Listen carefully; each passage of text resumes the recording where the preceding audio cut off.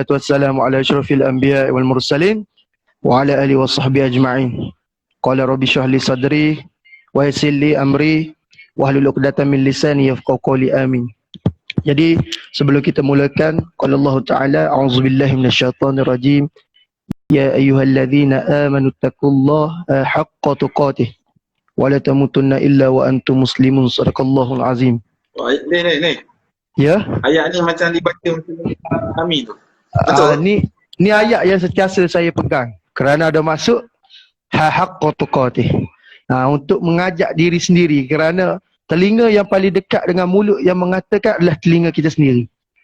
Jadi sedah pun kita ingatkan diri kita bertakwa kepada Allah, saya menyeru untuk berselawat dan kita memuji junjungan besar Nabi Muhammad sallallahu alaihi wasallam.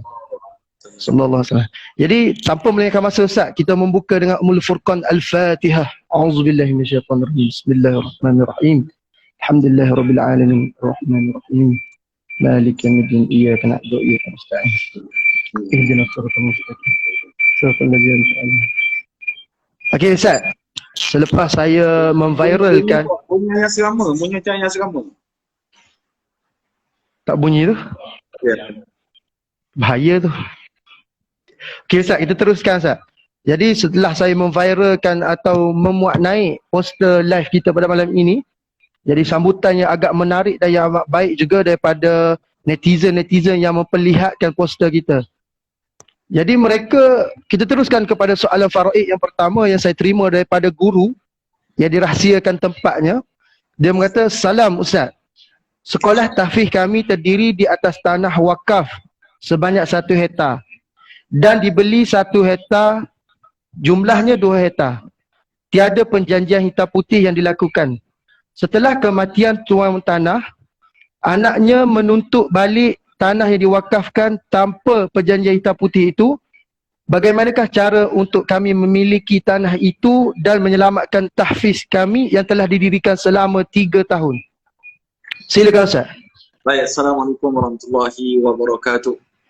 Alhamdulillah wassalatu wassalamu ala Rasulillah wa ala alihi washabbihi wa tabi'in wa wala. Rabbi shrah li sadri wa yassir li amri wa hlul 'uqdatam min lisani yafqahu qawli, amma ba'du.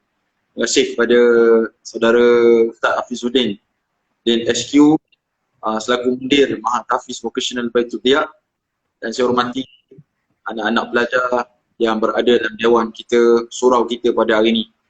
Dan saya tak jauh mana ada dekat dengan kami. Tapi cumanya kita nak hidupkan suasana dalam soal jawab tentang isu faraid, tentang isu saka ataupun puasa. Lori dah sampai. Jadi masuknya bila sebut tentang isu setengah daripada kita yang membuat wakaf. Ada setengah masyarakat kita ni perangai dia buat wakaf. Dia buat wakaf. Bila buat wakaf, wakafan tidak ambil endah oleh anak-anak. Dia ambil oleh anak-anak dia. Jadi ada tanah setiap anak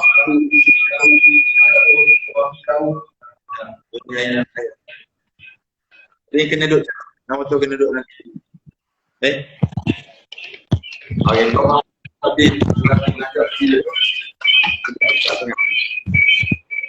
Itu dia sedang betapa dekatnya kami. Okey, baik. Tuan-tuan, insya-Allah semua datang dari sini. Okey, dah jadi clear dah. Saya sebenarnya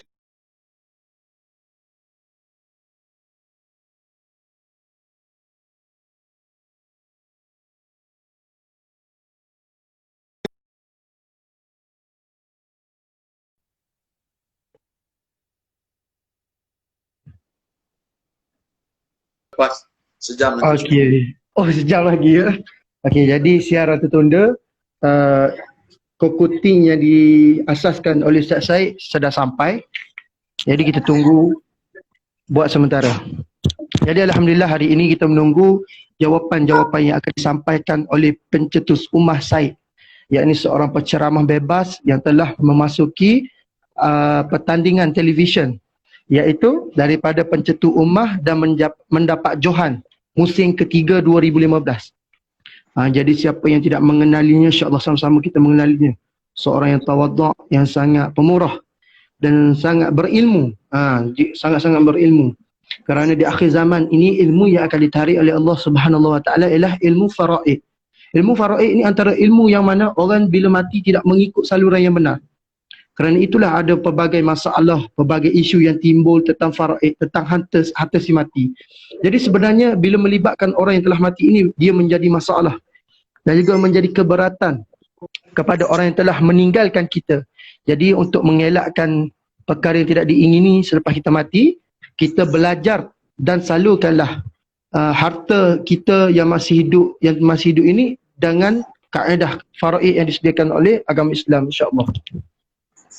Jadi kita nantikan Ustaz Said, insya-Allah.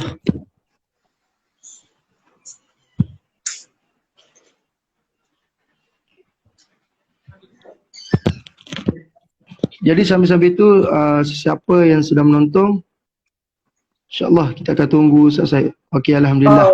Bagaimana Ustaz? Selesai? Alhamdulillah. Selesai? Sebenarnya untuk elan sikit sebab stok kita baru sampai, stok rangkaian produk T ni lebih kurang 1.67 tan datang pada malam ni. Jadi biasa saya tolong apakah kelebihan produk Ustaz jual ni sebenarnya? Adakah sekadar minuman saja? Tak, dia boleh buat mandi. Salah. Kita jawab soalan ni. Soalan tadi, Okey, baik, kita sambung. maksudnya bila ada setengah anak-anak, dengar anak-anak sekalian, bila mana ada ayah kita dah ataupun orang tua kita telah menginfakkan harta dia, telah menginfakkan orang sebut tanah dan sebagainya, maka bila telah diwakafkan, bukan infak, wakafkan semasa dia hidup, maka wakafan tersebut telah terjadi sebenarnya, telah berlaku ijab dan qabul oleh pihak tahfiz tersebut. Cuma masalahnya tidak berlaku hitam putih.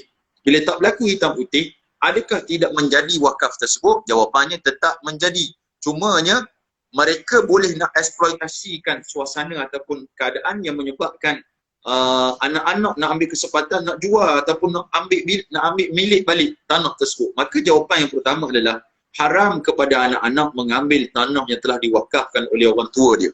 Haram. Sebab diwakafkan semasa orang tua masih hidup lagi. Yang kedua, macam mana nak dapat milik perkara tersebut? Yang dari sudut leganya, undang-undangnya, memanglah kalau tidak ada hitam putih, anak-anak memang dari sudut leganya, zahirnya boleh menuntut harta tersebut sebagai harta pusaka orang tua dia. Tapi dari sudut insani ataupun syariahnya, anak-anak tersebut tak boleh ambil. Maka kena buat bincang dulu antara hati ke hati, antara pihak mat dengan pihak anak-anak. Kalau masih berlautan, perkara tu boleh dibawa ke tengah. Tapi syaratnya mesti perlukan saksi untuk mengukuhkan dakwaan bahawa tanah tersebut telah diwakafkan kepada pihak mat tahfiz tersebut. Azza wa billahi taufiq. Alhamdulillah, jawapan yang tepat walaupun sedikit ringkas tapi menjawab, alhamdulillah Ustaz. Moga-moga yang melihat dan orang yang mempertanyakan soalan itu terjawab. Nak tanya, dia kata tepat. Tepat jawapan tadi. Dia kalau saya menerima dia lebih tahu. Allah tak tahu Ustaz. Allah. Okey Ustaz, tanpa melengahkan masa ni, penonton soalan kedua pun telah masuk Ustaz. Jadi mesti dia mengharapkan soalannya diajukan kepada Ustaz dan mendapat jawapan kepadanya Ustaz. Okey. Dia kata, Ustaz tolong sampaikan soalan ini kepada Ustaz Said. Saya beli rumah, dua nama harta persecarian, suami dan isteri. Jika suami saya telah meninggal, bagaimanakah status rumah itu kena difaraidkan kerana pinjaman rumah itu dilakukan atas nama isteri? Baik. Terima kasih pada soalan tersebut tentang rumah yang dibeli dengan joint, ya, dua nama. Ya, nama isteri ada, nama suami ada, tiba-tiba suami meninggal dunia. Jadi adakah kena faraid? Jawapan dia, bahagian suami tersebut memang kalau ada hak suami dekat situ, disebut sebagai harta suami, memang kok mana pun ada hak faraid bagi ahli-ahli waris. Ada hak faraid. Itu tak dapat dinafikan. Maknanya kalau suami itu masih ada ibu dan ayah, maka ibu dan ayah layak mendapat pusaka daripada rumah tersebut. Tinggal lagi rumah tersebut dibeli dengan dua nama. Bila suami mati, bahagian suami habis lah, sebab di cover dengan insurans. Tapi tinggal bahagian isteri. Separuh tu bahagian isteri. Bila separuh tu bahagian isteri, yang perlu difaraikan separuh saja, itu bahagian suami. Cumanya, bagaimana nak faraidkan sedangkan rumah tersebut tak habis bayar lagi dan sebagainya, maka saranan saya nombor satu, bagi pihak yang berkepentingan kepada harta tersebut, kita kena disebut sebagai hak tetap ada. Hak tetap ada, mungkin isteri boleh nilaikan berapa bahagian suami dan berapa bahagian ahli waris yang layak, mungkin boleh bayar dengan duit asing lah, bayar kepada orang tua ataupun ahli waris kepada suami tersebut. Dan saya nasihatkan juga, bila sebut tentang hak ni tidak semestinya kita wajib tuntut hak. Sebab ada orang faham kalau kita ada hak faraid, wajib kita tuntut hak tersebut. Baikru or baikru kata orang Manjun. Tak dapat, tidak, mesti tuntut. Hakikatnya, dia ada konsep namanya takharuj, keluar daripada pemilikan. Contoh, mak ayah tengok siang ke isteri, dah anak kita dah meninggal, isteri terkontang-kanting, jadi tidak ada bersuami, anak-anak kecil lagi. Apa salahnya ibu ayah boleh guna konsep takharuj? Contohnya, dia kata macam ni lah. Takharuj ada dua. Takharuj ada dua. Sama ada dia keluar tanpa minta apa-apa imbalan. Dia kata tak apalah.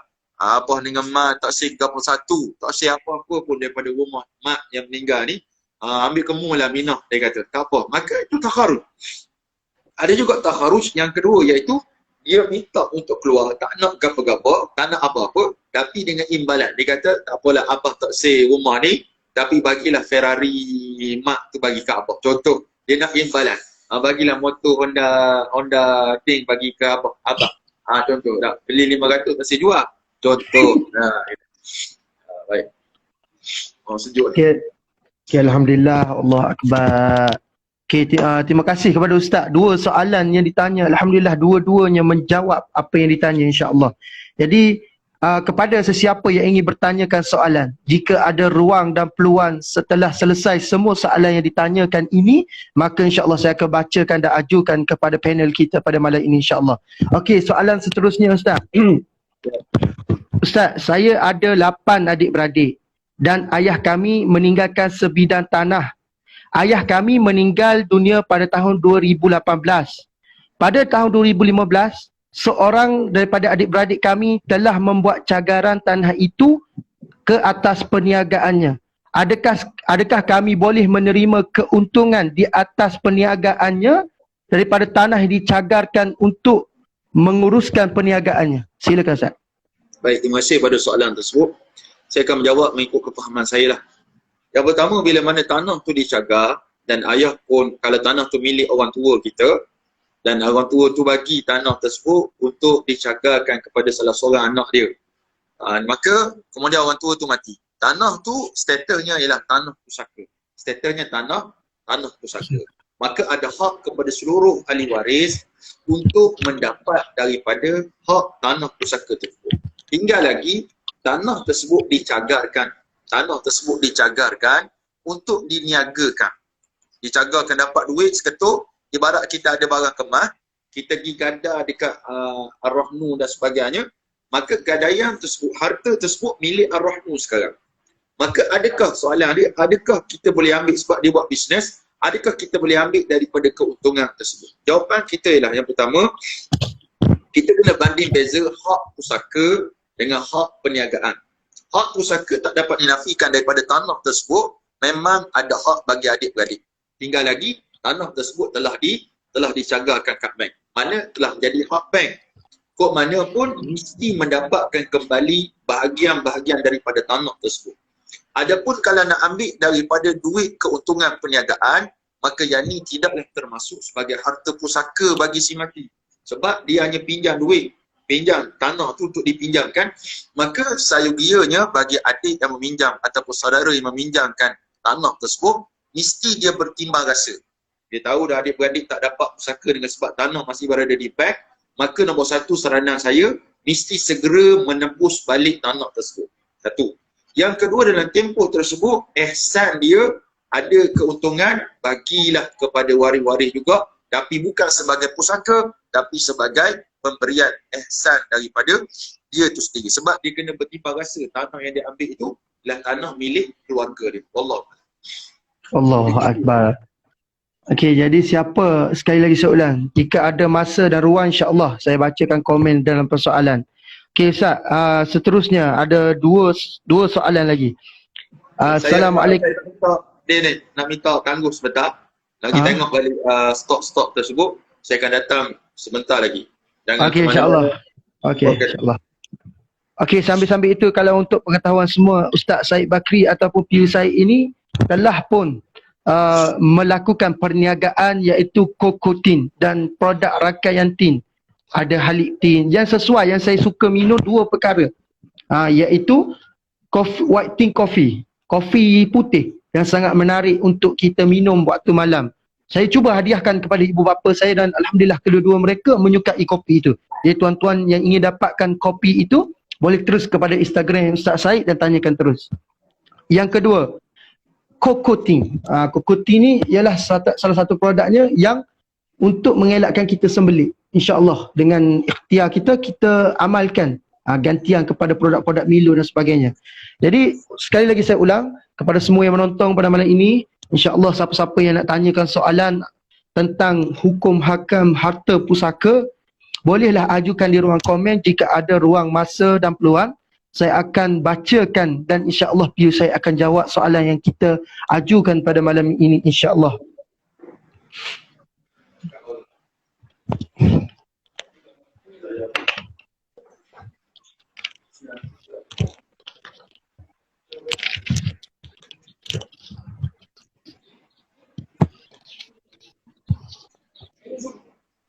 Siapa nak keluar sila-sila. Jadi insya-Allah kita dengar. Mungkin ilmu yang kita dengar hari ini Allah tak uji pada hari ini. Mungkin esok ataupun lusa Allah uji kita dengan apa yang kita dengar pada hari ini. Sebab mati ni kita tak tahu bila kita akan mati.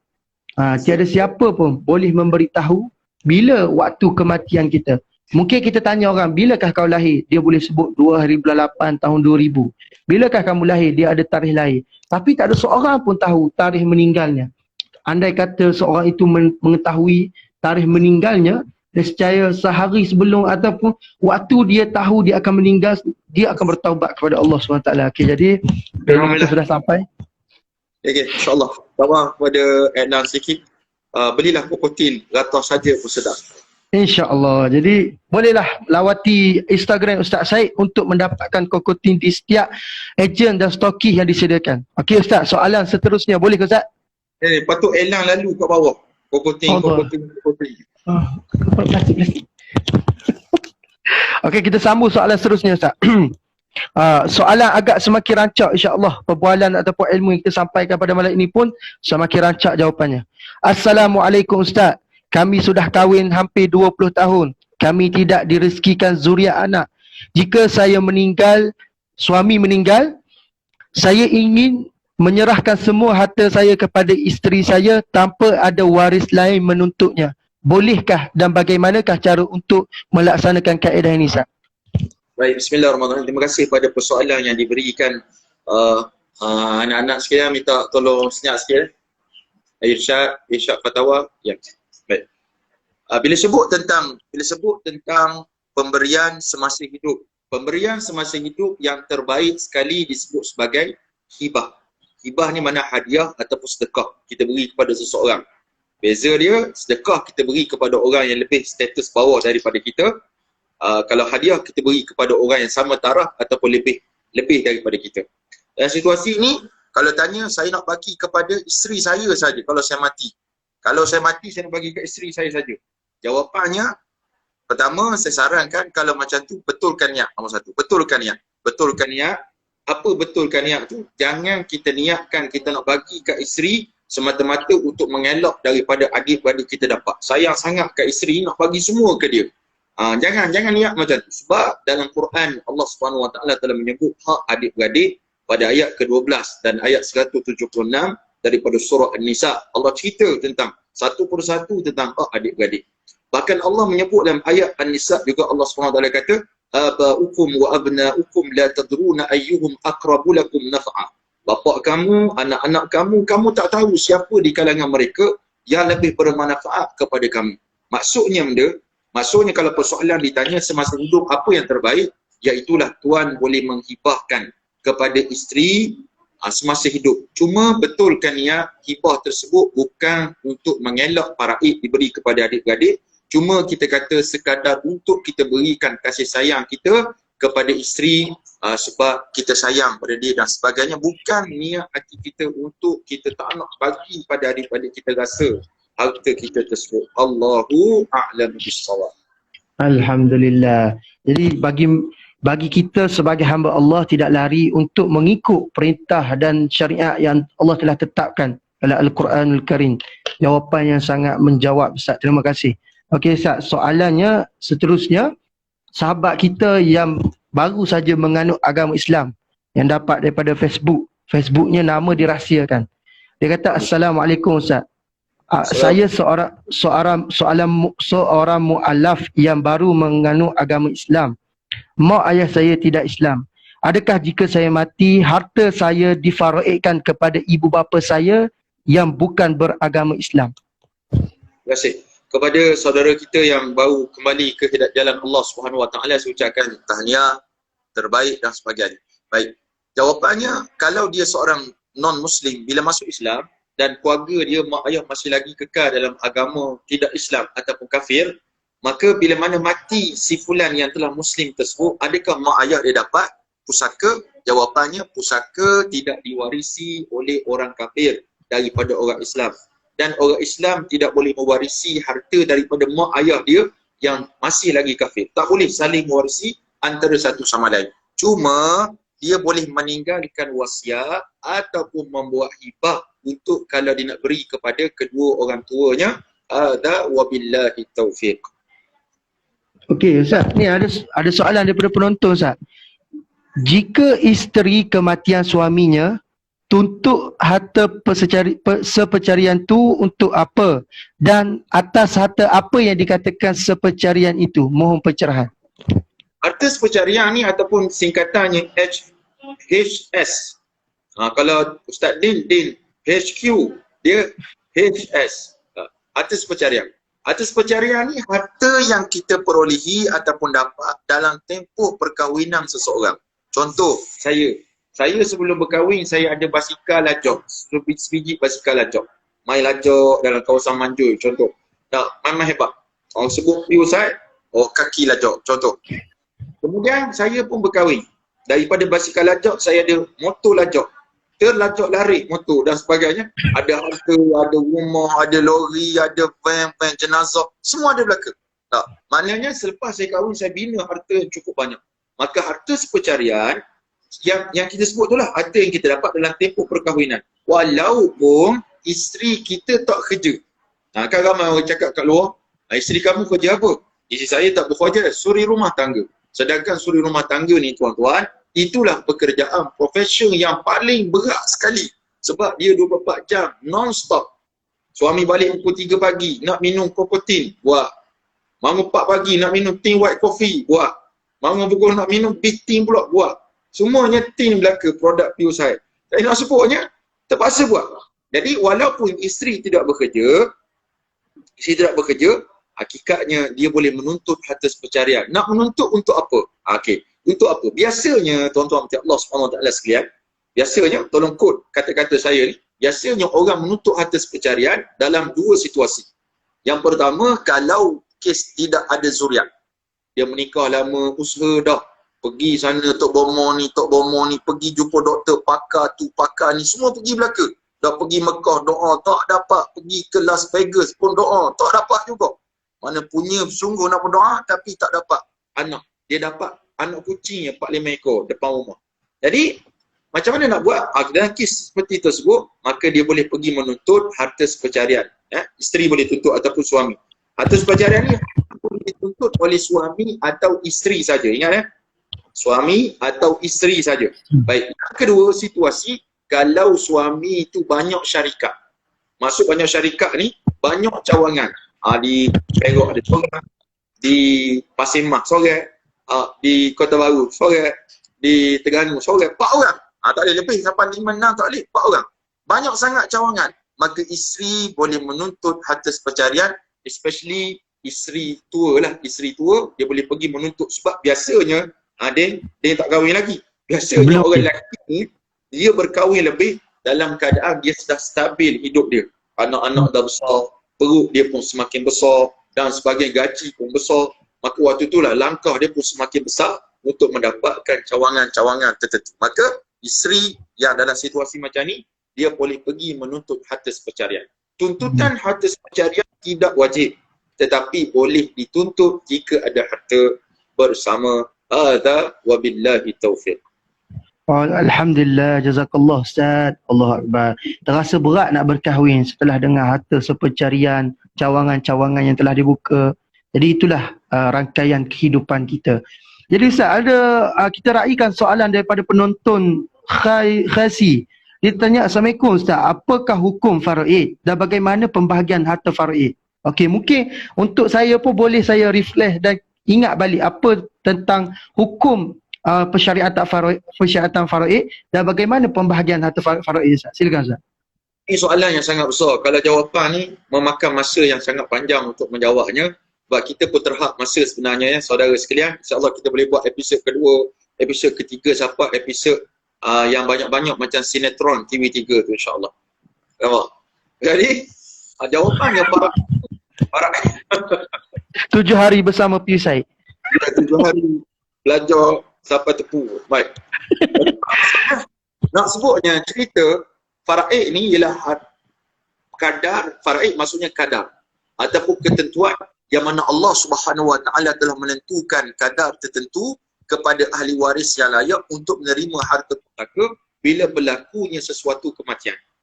Contohnya bila hamba meninggal dunia, ada 5 orang anak, contoh ada seorang isteri, mak ayah dah tak ada, maka dalam faraid ditentukan apakah kadar yang dapat. Maka kita belajar nanti isteri kalau ada suami, isteri kalau ada suami pula, isteri kalau ada isteri dia ada suami, isteri kalau ada anak, kalau suami mati, isteri dapat 1/8. Tapi kalau suami mati tidak ada anak, isteri akan dapat 1/4. Itu kadar yang syarak telah tetapkan antara waris-waris yang layak. Ada 5 waris yang utama. Yang pertama ibu, yang kedua ayah, yang ketiga suami, yang keempat isteri, yang kelima anak-anak lelaki ataupun perempuan. Maka 5 ni disebut sebagai waris-waris utama dalam pembahagian pusaka tersebut. Wallahu a'lam. Okey Ustaz. Okey. Mungkin masa telah menceburi kita. Kita ada lebih kurang 10 minit saja lagi. Okey Ustaz. Ni Bukan seminit. Seminit. Okey, ni terakhir. Ni daripada saya sendiri Ustaz. Selepas ditanyakan oleh saudara kita tentang faraid pembahagiannya, saya tertanya juga kenapa anak lelaki mendapat banyak hak daripada faraid berbanding anak perempuan Ustaz. Sedangkan anak perempuan ni kalau kita tahu mereka lebih rapat dengan ayah mereka, ada setengah anak perempuan. Tapi mengapa dalam ikut sistem faraid yang disyariatkan, lelaki mendapat lebih banyak daripada perempuan? Okey, silakan Ustaz. Terima kasih pada soalan tersebut. Saya nakalkan pandangan Syekh Muhammad Ali As-Sabuni hafizahullah taala, pengarang kitab Ahkamul Mawaris fi Tawil Islam. Dia mengatakan bahawa disyariatkan lelaki mendapat lebih berdasarkan firman Allah Subhanahu Wa Taala, lidzakari yusikumullahu fi auladikum lidzakari mislu hazzin unsayain. Telah difardukan yusikumullah fi auladikum, Allah telah fardukan ke atas kamu dan kepada anak-anak kamu, lidzakari, hak mereka bagi lelaki, mislu hazzin unsayain, dia akan mendapat 2 kali lipat daripada hak anak perempuan. Kiu orang Hindustan kata, kenapa kenapa demo tu dapat lebih daripada orang Tino? Kalau dia kata apa gak dapat lebih, sama-sama gak kita ni, anak abah, anak mak, anak mama, anak papa, daddy, apa semua lah ikutlah. Nah, anak kesayangan anak perempuan, tiba-tiba lelaki dapat lebih. Baik, tuan-tuan macam Allah Subhanahu Wa Taala sekalian, sebab apa lelaki dapat lebih? Nombor 1, responsibility, tanggungjawab anak lelaki cukup besar. Tanggungjawab anak lelaki cukup besar. Contoh kes baru ni, kes Allahyarham Syed Mukhtar, abang Bocil meninggal dunia. Walaupun adik dia Syed Ali tak dapat pusaka sebab abang ada anak lelaki, tapi hakikatnya Ali tersebut mempunyai tanggungjawab kepada anak saudara dia. Nampak? Bayangkan kalau dia tak dapat pusaka pun tanggungjawab tidak tergugur, apatah lagi kalaulah Ali tu dapat pusaka, maka tanggungjawab dia lebih-lebih laki lah.